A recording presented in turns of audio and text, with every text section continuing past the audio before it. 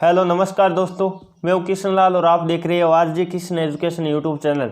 जल्दी से सभी विद्यार्थी लाइव आ जाएगा। सुबह के 8 बजे वाला हमारी क्लास का टाइम हो गया। जैसा कि आप सबको पता है, कल मैं कोई कारणवश क्लास नहीं ले पाया था, तो आज आपकी क्लास बड़ी शानदार होने वाली है। एक बार सभी विद्यार्थी जल्दी से क्लास को लाइक और शेयर कर दीजिएगा अपने साथियों में, ताकि ज़्यादा से ज़्यादा साथी लाइव आकर इस सेशन का फ़ायदा उठा पाए।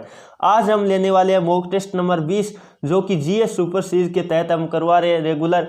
हालांकि 11 बजे वाली क्लास थोड़ी सी डिस्ट्रीब्यूशन के कारण मैं नहीं ले पा रहा हूँ, थोड़े से टाइम के अभाव के कारण कह सकते हैं। बाकी आपकी रेगुलर सुबह 8 बजे क्लास हो रही है, वो बहुत ही शानदार क्लास आपको लग रही होगी। आज की क्लास आप देखोगे तो आपको आनंद आ जाएगा वास्तव में। चलिए दोस्तों, सेशन की तरफ बढ़ते हैं। इससे पहले सभी विद्यार्थियों को जय हिंद। भारतीय सेना की तैयारी करने वाले सभी नौजवानों का मेरा नमस्कार। चलिए सेशन लेते हैं आपकी स्क्रीन के सामने। फर्स्ट क्वेश्चन जल्दी से सभी देखते हैं कौन कौन विद्यार्थी इसका सही जवाब दे पाते हैं। फर्स्ट क्वेश्चन आपकी स्क्रीन के सामने दे रखा है, और उससे पहले आज आपको पता है तेजा दशमी और रामदेव दशमी है, तो उसकी सभी विद्यार्थियों को हार्दिक शुभकामनाएं। चलिए दोस्तों, फर्स्ट क्वेश्चन आपकी स्क्रीन के सामने आ गया। जल्दी से सभी विद्यार्थी इसका लाइव चैट में जवाब देने की कोशिश करिएगा। ऊष्मा विज्ञान का अध्ययन क्या कहलाता है? तो ऊष्मा विज्ञान का अध्ययन क्या कहलाता है? तो आप सबको पता होगा, ऊष्मा से संबंधित अध्ययन ऊष्मागतिकी के अंतर्गत किया जाता है। जो ऑप्शन नंबर क्या बता रहे हैं? सी बता रहे हैं, बिल्कुल का उत्तर सही है। आपको पता होगा भौतिक विज्ञान के अंदर एक शाखा लगती है ऊष्मागतिकी, उसके अंदर किसका अध्ययन किया जाता है? ऊष्मा विज्ञान का अध्ययन किया जाता है। अब बात कर लेते हैं, यदि हम बात करें एपीकल्चर की, तो एपीकल्चर आप सबको पता होगा मधुमक्खी पालन से संबंधित है। एपीकल्चर किससे संबंधित है? काफी बार क्वेश्चन आ चुका है, तो आपको करना है मधुमक्खी पालन। और एक है एक्यूपंक्चर, ये ध्यान रखना, ये एक चिकित्सा की क्या है, मतलब एक विधि है जिसमें सुइयों के माध्यम से, इस तरह से क्वेश्चन कई बार आ जाता है, तो ये क्या चिकित्सा विधि है। आनुवांशिकी की बात करें तो आनुवांशिकी का जनक किसे कहा जाता है? काफी बार एग्जाम में आ चुका है, तो ग्रेगर जॉन मेंडल को कहा जाता है। ये इंपॉर्टेंट क्वेश्चन है, याद रखिएगा। चलिए दोस्तों, अगला क्वेश्चन नंबर बात कर लेते हैं। दो आपके स्क्रीन के सामने, जो क्वेश्चन आपको नहीं आता है कॉपी और पेन साथ रखिएगा, नोट भी करते रहेगा, ताकि आपको ज़्यादा से ज़्यादा फायदा मिल पाए हमारी क्लास का। अगला क्वेश्चन आपके सामने देर का क्या है? पोलियो के टीके की खोज किसने की? जल्दी से बताने की कोशिश करिएगा, पोलियो के टीके की खोज किसने की? तो जो ऑप्शन नंबर क्या बता रहे हैं? ए बता रहे, बिल्कुल का उत्तर सही है। किसने की थी? जोमस साल्क्स ने की थी। ये इंपॉर्टेंट क्वेश्चन है, काफी बार एग्जाम में आ भी चुका है। अब बात कर लेते हैं, आपको पता होगा लुई पास्चर की बात करें तो रेबीज के टीके का आविष्कार किसने किया था? तो आपको कहना है लुई पास्चर। अब बात कर लेते हैं चेचक के टीके की आविष्कार की बात करें तो एडवर्ड जेनर कहना है। और आपको पता होगा पेनिसिलिन की खोज किसने की थी? फ्लेमिंग ने की थी। किसने की थी? फ्लेमिंग ने की थी। ये सारे क्वेश्चन इंपॉर्टेंट है, काफी बार एग्जाम में आ चुका है, तो याद रखिएगा। चलिए दोस्तों, आगे बढ़ते हैं। अगला क्वेश्चन नंबर बात कर लेते हैं। 3 आपके स्क्रीन के सामने क्या दे रखा है? डिप्थीरिया रोग है, वो शरीर के कौन से अंग को प्रभावित करता है? जल्दी से सभी विद्यार्थी इसका लाइव चैट में जवाब देने की कोशिश करेगा।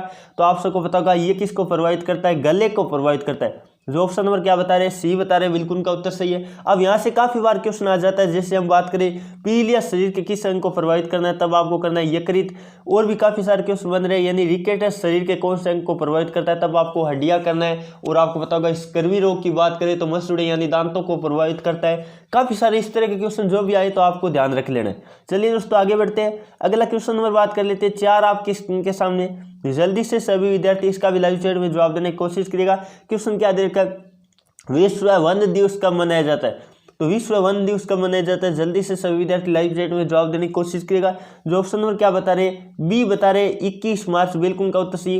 विश्व वन दिवस की बात करें तो 21 मार्च को मनाया जाता है। अंतर्राष्ट्रीय महिला दिवस की बात करें तो 8 मार्च को मनाया जाता है। ये भी आपको ध्यान रखना है। अंतर्राष्ट्रीय महिला दिवस की बात करें तो 8 मार्च को मनाया जाता है। और बात कर लेते हैं, आपको पता होगा 1 दिसंबर की बात करें तो क्या मनाया जाता है? एड्स दिवस मनाया जाता है। चलिए दोस्तों, आगे बढ़ते हैं।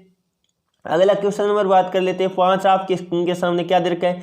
चूहे मारने की दवा कौन सी है? तो जल्दी से बताने की कोशिश करिएगा, जो चूहे मारने में दवा यूज की जाती है वो कौन सी है? तो जो ऑप्शन नंबर क्या बता रहे हैं? जल्दी से बताने की कोशिश करिएगा। ए बता रहे बिल्कुल जिंक फास्फाइड, बिल्कुल उनका उत्तर सही है। ये क्वेश्चन कई बार एग्जाम में आ चुका है। और आपको पता होगा जो माचिस की तिल्लियां होती है वो किसकी बनी होती है? लाल फास्फोरस की बनी होती है। वो भी आपको याद रख लेना है, काफी बार एग्जाम में आया हुआ क्वेश्चन है। चलिए दोस्तों, आगे बढ़ते हैं। अगला क्वेश्चन आपकी स्क्रीन के सामने लेते हैं। जल्दी से सभी विद्यार्थी क्वेश्चन नंबर 6 का भी जवाब देने की कोशिश करेगा। क्या दे रखा है? क्रिप्टोन गैस की खोज किसने की थी? आपको पता होगा जो अकीरे गैस क्रिप्टोन है। क्रिप्टोन क्या एक अकीरे गैस है। अब बात कर लेते हैं, और भी काफी सारे अकीरे गैस बनती है, जिनमें हम बात करें तो एक क्वेश्चन तो ऐसे बनता है कि गैसों की खोज किसने की, तो आपको पता होगा लोकेर, रेमजे और रेले तीनों ने मिलकर की थी। आपको काफी बार एग्जाम में ऐसे आ जाता है कि गैसों की खोज किसने की, तो ऑप्शन में देता है रेमजे, रेले, तो ये दोनों ऑप्शन देता है, तो दोनों करना है। ठीक है, अब बात कर लेते हैं आपको अब क्या दिया है, अब दिया कि यानी बात कर लेते हैं क्रिप्टोन की खोज किसने की, जो ऑप्शन नंबर क्या बता रहे, डी बता रहे विलियम रेमजे, बिल्कुल उनका उत्तर सही है। अब बात कर लेते हैं आर्गन हो गया, नियोन हो गया और क्रिप्टोन हो गया, इसकी खोज किसने की थी, विलियम रेमजे ने की थी। हेनरी बेक्यूरेल की बात करें तो आपको याद रख लेना है, काफी बार एग्जाम में आया हुआ है, रेडियो एक्टिविटा या कहीं रेडियो सक्रियता की खोज किसने की, तब आपको करना है हेनरी बेक्यूरेल। और बात कर लेते हैं मैडम क्यूरी की बात करें तो काफी बार एग्जाम में आ चुका है, रेडियम की खोज किसने की, इंपॉर्टेंट क्वेश्चन है, रेडियम की खोज किसने की है, तब आपको करना है क्या, मैडम क्यूरी। और बात कर लेते हैं, आपको पता होगा चर्चा के टिक्के का आविष्कार एडवर्ड जेनर ने किया है। चलिए दोस्तों आगे बढ़ते हैं, और क्लास आपको अच्छी लग रही है तो सभी विद्यार्थी एक साथ मिलकर दिल से क्लास को लाइक कर दीजिएगा, क्योंकि हम आपके लिए कितनी मेहनत करके क्लास प्रोवाइड करें। अगला क्वेश्चन आपके स्क्रीन के सामने दे रखा है, वायुयान की, बहुत ही शानदार क्वेश्चन है, वायुयान की ऊंचाई मापने में को किस यंत्र का उपयोग किया जाता है, जल्दी से बताने की कोशिश करिएगा, वायुयान की ऊंचाई मापने में किस यंत्र का उपयोग किया जाता है। आपको पता होना चाहिए समुद्र की गहराई नापने में किसका यूज होता है, फेदोमीटर का यूज होता है, काफी बार एग्जाम में आ चुका है। अब बात कर लेते हैं, आपको क्या है वायुयान, जो वायुयान की पहले बात तो कर लेते हैं, वायुयान की जो गति नापने के लिए किसका यूज होता है, टेकोमीटर का यूज होता है। आपको पूछा है वायुयान की ऊंचाई, ध्यान रखिएगा, जो ऑप्शन नंबर क्या बता रहे हैं, बिल्कुल बी बता रहे आल्टीमीटर, बिल्कुल उनका उत्तर सही। आपको कहे वायुयान की ऊंचाई नापने में तब आपको करना है आल्टीमीटर, और आपको कहे वायुयान की गति नापने में तब करना है टेकोमीटर, और वायुयान की वाहनों की गति, ध्यान रखिएगा, वाहनों की गति नापने में किसका यूज किया जाता है, जल्दी से बताइएगा, स्पीडोमीटर। इंपॉर्टेंट क्वेश्चन है। लेक्टोमीटर की बात करें तो दूध की शुद्धता नापने में किसका यूज किया जाता है, लेक्टोमीटर का यूज किया जाता है। और भी काफी सारे क्वेश्चन बन रहे हैं, एमीटर में आपको पता है विद्युत धारा मापी जाती है, ये भी आपको याद रख लेना है। चलिए दोस्तों आगे बढ़े, अगला क्वेश्चन नंबर बात कर लेते हैं 8, आपके स्क्रीन के सामने बहुत ही शानदार क्वेश्चन है, लाजवाब क्वेश्चन है, जल्दी से सभी विद्यार्थी इसका भी लाइव चैट में जवाब देने की कोशिश करिएगा, देखते कौन कौन विद्यार्थी इसका सही जवाब दे पाते। मंदन का ऐसा मात्रक क्या, अब काफी सारे विद्यार्थियों को कंफ्यूज हो गया, मंदन और कहाँ रह जाता है, मंदन किसे कहते हैं, आपको पता होगा त्वरण का उल्टा क्या होता है, मंदन होता है। वैसे उल्टे की बात नहीं कर रहा हूं, ध्यान दीजिएगा, त्वरण का मतलब होता है क्या, वेग का बढ़ना, त्वरण का मतलब होता है वेग का बढ़ना, और वेग का कम होना क्या कहलाता है, मंदन कहलाता है। तो आपको पता होगा वेग में परिवर्तन की दर क्या, मंदन कह दो या त्वरण कह दो, एक बात है, ये ध्यान रखिएगा। जब वेग में क्या हो, वृद्धि होती है समय के साथ, तब तो उसे त्वरण कहते हैं, यानी बढ़ता है वेग, और वेग घटता है तो उसे मंदन कहते हैं। तो इसका मतलब जो त्वरण का मात्रक होता है वही किसका मात्रक होगा, अब त्वरण का मात्रक जिसको आता है वो बता देगा आराम से, मंदन का मात्रक भी वही होगा। तो इंपॉर्टेंट क्वेश्चन है, याद रखिएगा, त्वरण और मंदन आप कह सकते हैं, मंदन का मतलब वेग में कमी आना, तो आपको पता होगा यदि हम त्वरण की बात करें तो क्या होता है, आपको बता रखा है वेग में परिवर्तन बट्टा क्या होता है, वेग में परिवर्तन बट्टा समय, आपको पता होना चाहिए। तो अब आप आराम से कर दोगे, मीटर पर सेकंड स्क्वायर होता है, क्या होता है, इसका मतलब मीटर पर सेकंड स्क्वायर होता है। जो ऑप्शन नंबर कौन सा बता रहे हैं, बिल्कुल ए बता रहे हैं, ए पे टिक किया, बिल्कुल उनने राइट बताया है, तो आराम से कर लोगे। थोड़ा सा दिमाग लगाने की आपको आवश्यकता थी। यदि मीटर पर सेकंड की बात करें, यदि मीटर पर सेकंड की बात करें तो चाल या वेग का मात्रक मीटर पर सेकंड होता है। पास्कल की बात करें तो दाब का एसआई मात्रक क्या होता है, पास्कल होता है, यह आपको याद रख लेना है। चलिए दोस्तों आगे बढ़ते हैं, अगला क्वेश्चन नंबर 9 आपके ये सामने काफी बार एग्जाम में रिपीट हुआ क्वेश्चन है, पैलेडियम का प्रतीक क्या है, पैलेडियम का, प्लेटिनम का, ये प्रतीक काफी बार एग्जाम में आ चुके हैं। तो पैलेडियम का प्रतीक की बात करें तो जो ऑप्शन नंबर सी बता रहे हैं पीडी, बिल्कुल उनका उत्तर सही है, काफी बार एग्जाम में रिपीट हुआ क्वेश्चन है। अब बात कर लेते हैं, आपको पता होगा शीशा, यानी हम बात कर लेते हैं फिर शीशा का प्रतीक क्या होता है, तो पीबी करना, आपको पता होगा लेड या शीशा कह सकते हैं। यदि हम बात करें एसवी तो एंटीमनी का प्रतीक क्या होता है, एसवी होता है, आपको ध्यान रख लेना है। कैडमियम का प्रतीक सीडी होता है, और आपको पता होगा पारा का प्रतीक खास तौर से ध्यान रखना है, पारा का प्रतीक क्या होता है, एचजी होता है, पारा कह सकते हैं, मरकरी कह सकते हैं। इंपॉर्टेंट क्वेश्चन है, याद रखिएगा। चलिए दोस्तों आगे बढ़ते हैं, अगला क्वेश्चन नंबर 10 आपके स्क्रीन के सामने क्या दे रखा है, चिली साल्टपेटर का रासायनिक सूत्र क्या होता है। ये क्वेश्चन भी बड़ा इंपॉर्टेंट है, चिली साल्टपेटर का रासायनिक सूत्र क्या होता है, तो जल्दी से बताने की कोशिश कीजिएगा। NaNO 3 बता रहे, जो ऑप्शन नंबर क्या बता रहे, ए बता रहे, बिल्कुल उनका राइट आंसर है। अब बात कर लेते हैं इसको क्या कहते हैं, सोडियम नाइट्रेट कहते हैं। सोडियम नाइट्रेट को चेले साल्टपेटर कहते हैं, याद रखिएगा। ये KCl की बात करें तो आपको पता चल गया होगा पोटेशियम क्लोराइड है, और CaO की बात करें तो मीना बुझा हुआ चूना है, कैल्शियम ऑक्साइड जिसे कहते हैं।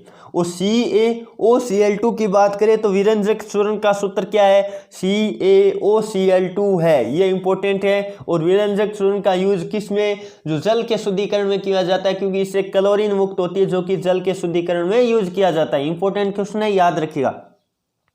चलिए दोस्तों, अगला क्वेश्चन नंबर 11 आपके स्क्रीन के सामने क्या दे रखा है, मियादी बुखार है कि कौन से अंग को प्रभावित करता है, शरीर के कौन से अंग को प्रभावित करता है, जल्दी से बताने की कोशिश करिएगा।